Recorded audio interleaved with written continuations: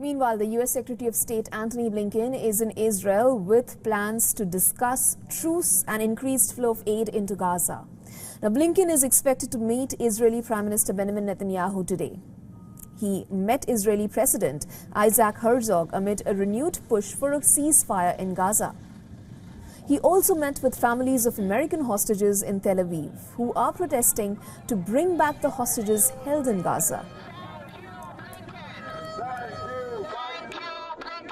Thank you, Biden. Thank you, Biden. Thank you, Blinken. Thank you, Blinken. Thank you, Biden. Thank you, Biden. Thank you. We will not rest, we will not stop until you're reunited with your husband.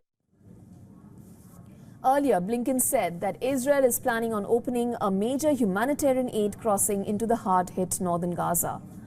Blinken will visit the Kerem Shalom crossing and the Ashdod port in the afternoon to examine humanitarian aid flowing through to Gaza. He added that he will press Netanyahu on Gaza aid measures and ceasefire talks. The Israelis have put a strong proposal on the table. They've demonstrated that they're willing to compromise, and now it's on Hamas.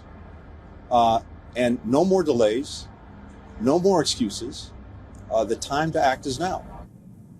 However, hours before he landed in Israel, Israeli Prime Minister Benjamin Netanyahu vowed to launch a ground offensive into Gaza's southernmost town of Rafah, and that too with or without a deal, to halt the fighting and release Israeli hostages.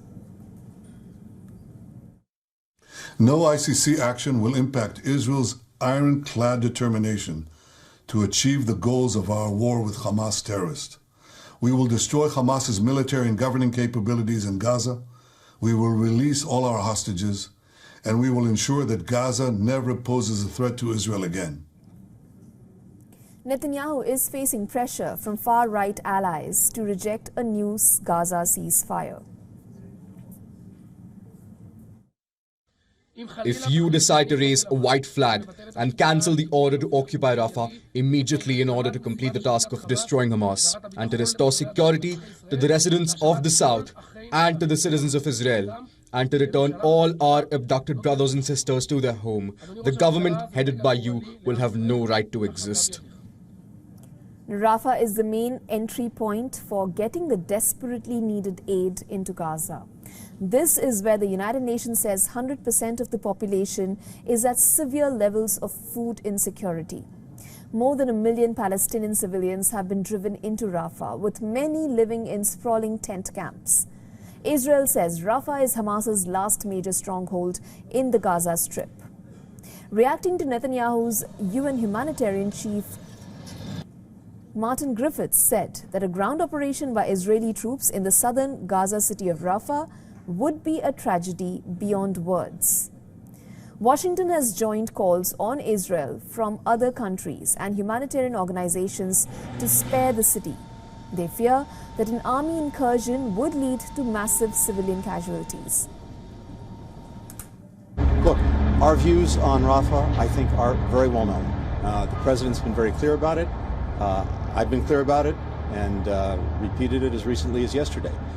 Where our focus is right now, along with the humanitarian effort, our focus right now is on getting a ceasefire and hostages home. Now, according to the State Department Deputy Spokesperson Vedant Patel, the United States has not seen a credible Israeli plan for a military operation in the southern Gaza city of Rafah that would address its concerns.